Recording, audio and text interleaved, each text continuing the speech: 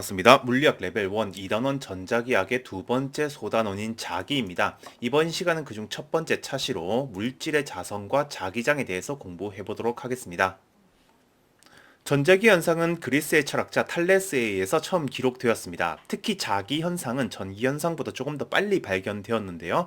그리스의 남동부 지방에 있는 마그네시아 지역에 유독 철을 끌어당기는 자철석 마그네타잇이 많이 발견되었습니다. 여기서 마그넷, 자석이라는 명칭을 사용하게 된 거죠. 자석은 기원 전부터 나침반의 형태로 제작되어서 항해술이나 점성술에 많이 사용했었습니다. 그러다가 1269년에 프랑스의 수학자 페레그리누스가 자기에 대한 실험을 수행하고 자석의 특성에 관한 자신의 의견을 적어서 시기루스에게 자석에 관한 편지를 보냈습니다.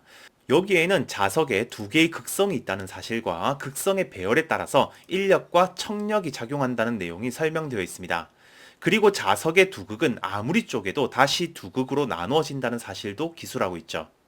지금 인류는 초등학교 과학 시간에 배울 만한 내용이지만 이에 대한 체계적인 정리는 1269년에 처음 나온 겁니다. 페레그리누스는 이 편지를 통해서 나침반이 작동하는 원리도 설명했었습니다. 이후에 1600년에 영국의 물리학자 윌리엄 길버트는 페레그리누스의 연구를 발전시켜서 6권으로 이루어진 자석에 관한 책을 출간하게 됩니다.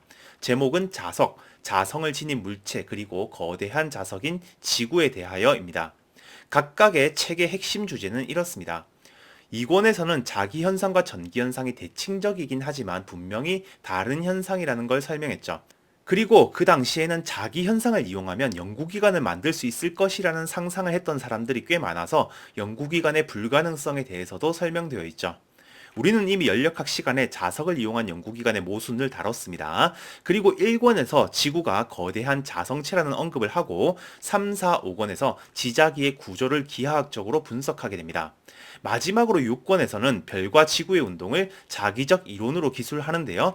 길버트는 지구의 자기적 성질이 우주의 질서나 천체의 운동에 영향을 미친다고 생각했기 때문에 자석이라는 존재가 단순히 철을 당기는 게 아니라 우주적 질서를 이해하는 열쇠라고 생각했던 사람입니다.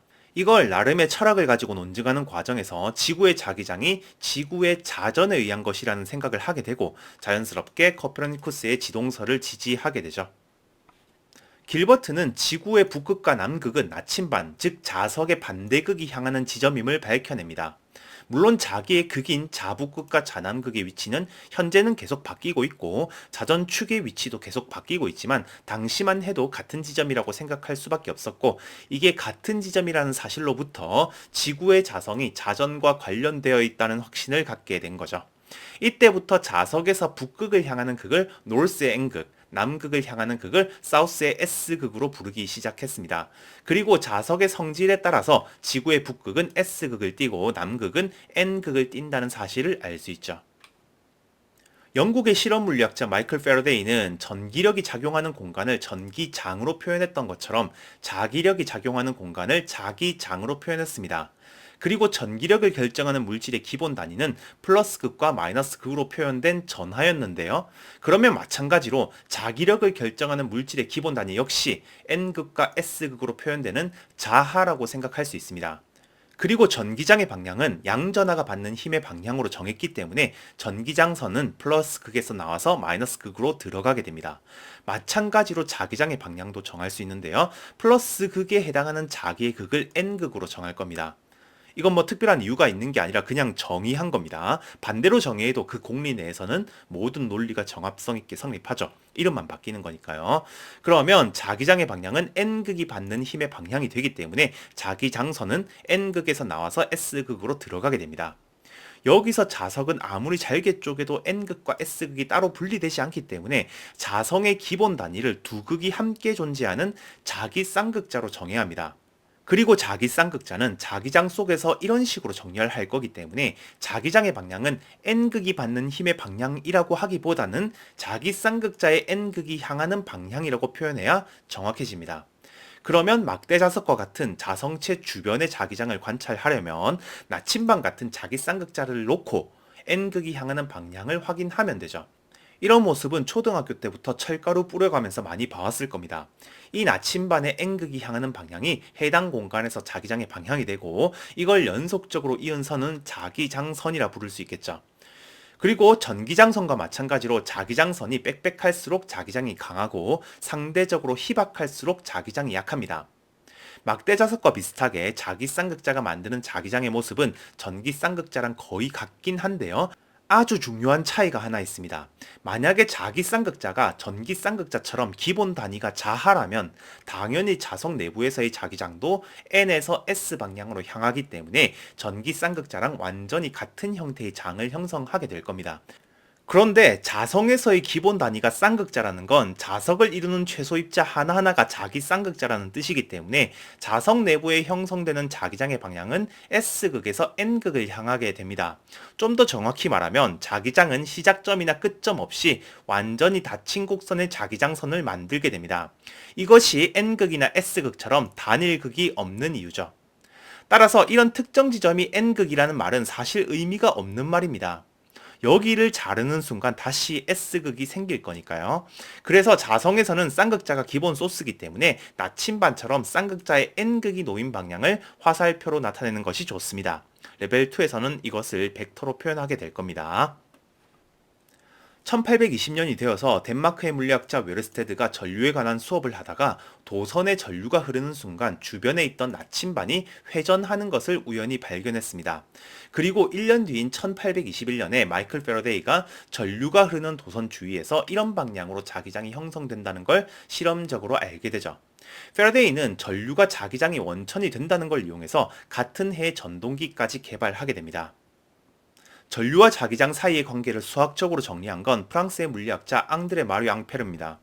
전류의 단위 암페어가 이분의 이름에서 온 거죠. 여기서 앙페르가 정리한 수식을 다루진 않겠습니다. 대신에 앙페르 법칙 속에는 전류의 방향이 정해지면 전류에 의해서 형성되는 자기장의 방향을 찾을 수 있는 오른손 법칙이 포함되어 있기 때문에 전류의 방향을 이용해서 자기장의 방향을 찾는 방법만 다룰 겁니다. 먼저 오른손 엄지를 전류의 방향으로 놓습니다. 그리고 나머지 손가락으로 감아쥐게 되면 나머지 손가락이 감아지는 원주의 방향으로 자기장이 형성됩니다. 따라서 직선 도선이 만드는 자기장선 모양은 전류를 중심으로 하는 동심원 모양이 되는 거죠.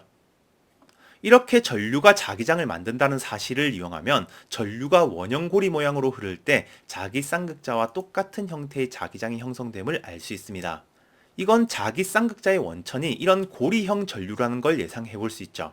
실제 앙페르는 자기 쌍극자의 원천이 분자 하나하나가 가지고 있는 고리형 전류에 의한 것이라는 분자 전류설을 제시했었습니다.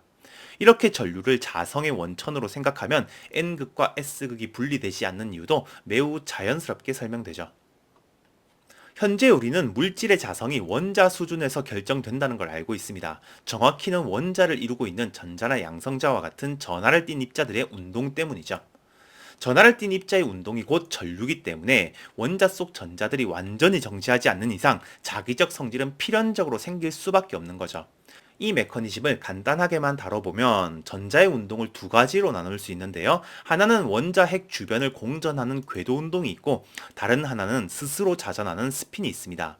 마치 태양계 주변을 도는 지구처럼 운동하는 거죠.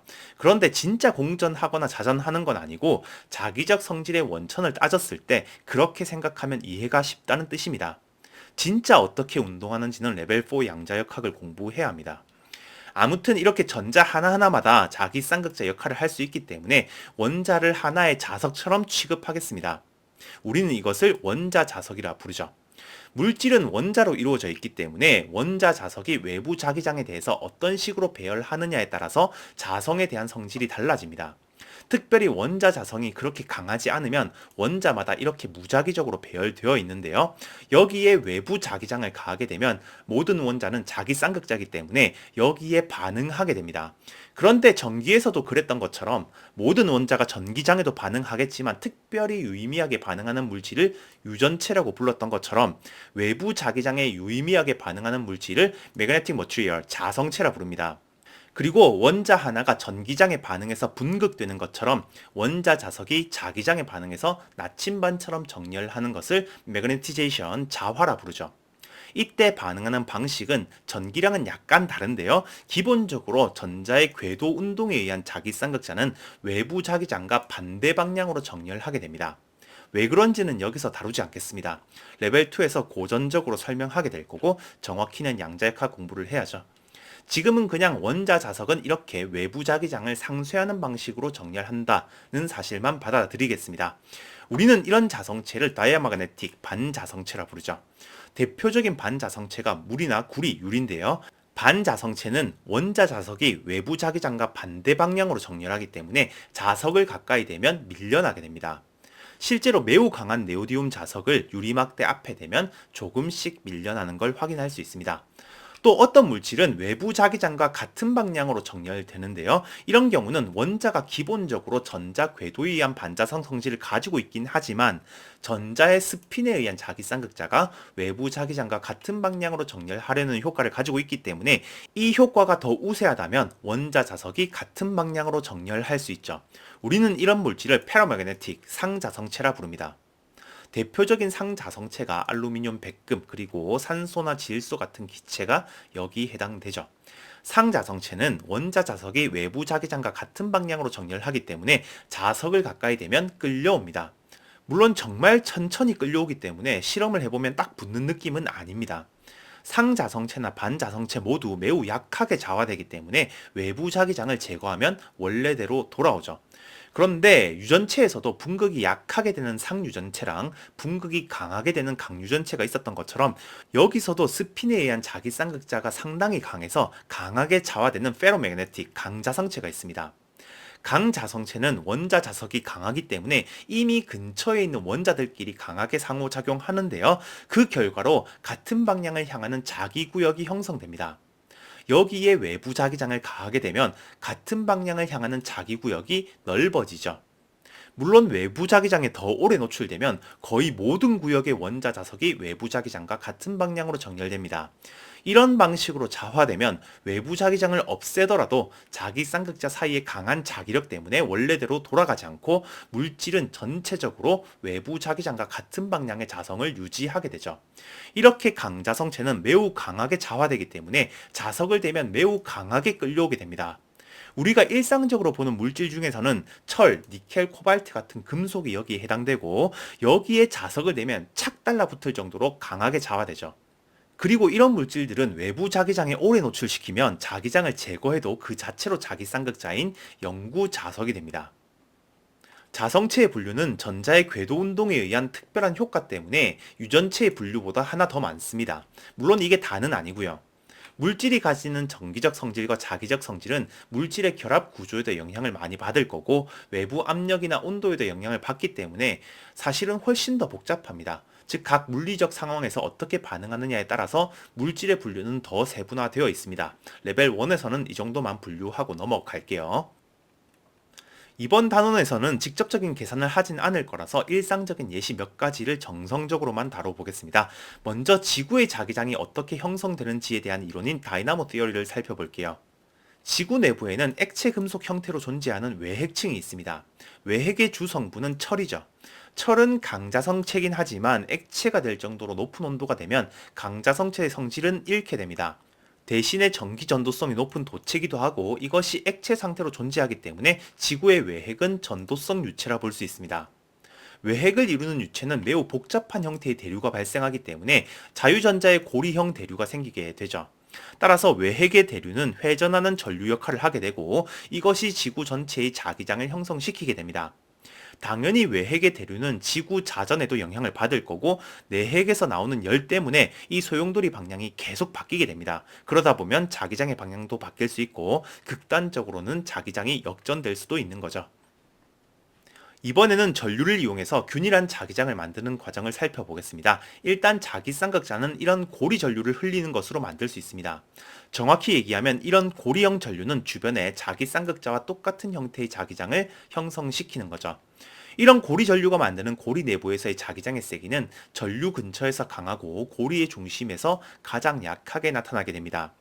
자기장선은 전류에 가까울수록 촘촘해지니까요. 따라서 고리 전류 하나로 자석의 역할을 할 수는 있겠지만 고리 내부에 균일한 자기장을 만들지는 못하죠. 그런데 여기에 같은 방향의 고리 전류를 하나 더 추가하면 아래쪽 고리가 만드는 추가 자기장이 생기기 때문에 두 자기장이 더해져서 아까보다는 고리 내부에 좀 더 균일한 모습의 자기장을 형성시킬 수 있습니다. 실제로 두 개의 고리만으로도 적당한 간격을 만들면 고리 사이의 중심부에 꽤나 균일한 자기장을 만들 수 있게 됩니다. 이런 장치를 헬몰츠 코일이라 부르죠. 역시 실험 수업 때 측정해 볼 겁니다. 여기서 좀 더 극단적으로 같은 방향의 고리 전류를 계속 쌓아 올리는 방법을 생각할 수 있는데요. 이렇게 도선을 여러 번 감아서 만든 구조물을 코일이라 부릅니다. 지금 그림은 고리 전류를 그냥 쌓아 올린 거지만 하나의 도선을 이렇게 같은 방향으로 감아서 코일로 만들면 여러 개의 고리 도선이라 부를 수 있죠. 그러면 코일 내부의 자기장은 훨씬 더 균일하게 만들어집니다. 그리고 코일 외부의 자기장은 거의 사라지게 되죠. 마치 전기장 단원에서 무한히 평평한 도체판으로 균일한 전기장을 만들었던 것처럼 무한히 감겨있는 코일이 있다면 이상적으로 균일한 자기장을 만들 수 있게 됩니다. 그리고 이 코일의 전류가 흐르면 전류의 세기에 비례하는 자기장을 가진 막대 자석의 역할을 하게 되죠. 따라서 자기력을 제어할 수 있는 장치로 코일을 많이 사용하게 됩니다. 이번에는 이런 고리 형태의 전류를 이용해서 물질을 자화시키는 과정을 생각하겠습니다. 특히 이런 코일에 흐르는 전류는 막대 자석처럼 자기장을 형성시키죠. 따라서 이 코일 내부에서의 자기장의 방향은 오른쪽이 됩니다. 이제 이 코일 속에 반자성체를 넣어 보겠습니다. 그러면 반자성체 입장에서는 코일의 전류 때문에 생긴 자기장이 외부 자기장이 되기 때문에 내부에 있는 원자 자석들은 외부 자기장과 반대 방향으로 정렬하게 됩니다. 따라서 코일 속에 반자성체를 넣으면 코일 내부의 총 자기장이 약화됩니다. 이번에는 코일 속에 상자성체를 넣었다고 생각해 보겠습니다. 상자성체는 코일이 만드는 자기장과 똑같은 방향의 내부 자기장을 형성하게 됩니다. 이렇게 되면 코일 내부의 총 자기장의 세기는 강해지죠. 이 부분이 물질이 가지는 전기적 특성과 가장 큰 차이가 나는 부분입니다. 전기장은 물질 내부에서 무조건 약해지는데요. 자기장은 강해지기도 합니다. 물론 코일 속에 넣은 게 강자성체라면 강자성체 내부의 자기장은 매우 강해질 겁니다. 아마 중학교 때 혹은 그 이전에 철못에 에나멜선을 감아서 전자석을 만든 경험이 있을 겁니다. 실제로 에나멜선만 있으면 매우 촘촘하게 감지 않는 이상 주변에 있는 클립을 붙일 정도로 강한 자기장을 만들기는 힘든데요. 이걸 철목과 같은 강자성체에 감았기 때문에 자기장이 매우 강해지는 거죠. 보통 시중에 있는 철을 사용해도 코일이 만드는 자기장을 50배 이상으로 강하게 만들 수 있습니다. 그리고 강자성체를 코일 속에 오래 두면 영구자석이 될 수 있죠. 정리하겠습니다. 이번 시간에는 전류가 자기장의 소스가 된다는 걸 공부했습니다. 전류가 주변 공간에 자기장을 생성하기 때문에 자기장은 전기장처럼 시작과 끝이 없습니다. 만약에 전기장처럼 S극과 N극을 따로 생각한다면 자기장의 소스는 항상 쌍극자 형태로만 존재하고 쌍극자의 외부 자기장은 N극에서 S극으로 향하지만 내부에서는 S극에서 N극을 향한다고 생각하면 되죠. 그리고 이 자기장을 연속적으로 이은 선을 자기장선이라 불렀는데요. 전기장선과 마찬가지로 연속적으로 이었기 때문에 해당 지점에서의 접선이 자기장의 방향이 되고 자기장선의 밀도를 자기장의 세기로 해석할 수 있었습니다.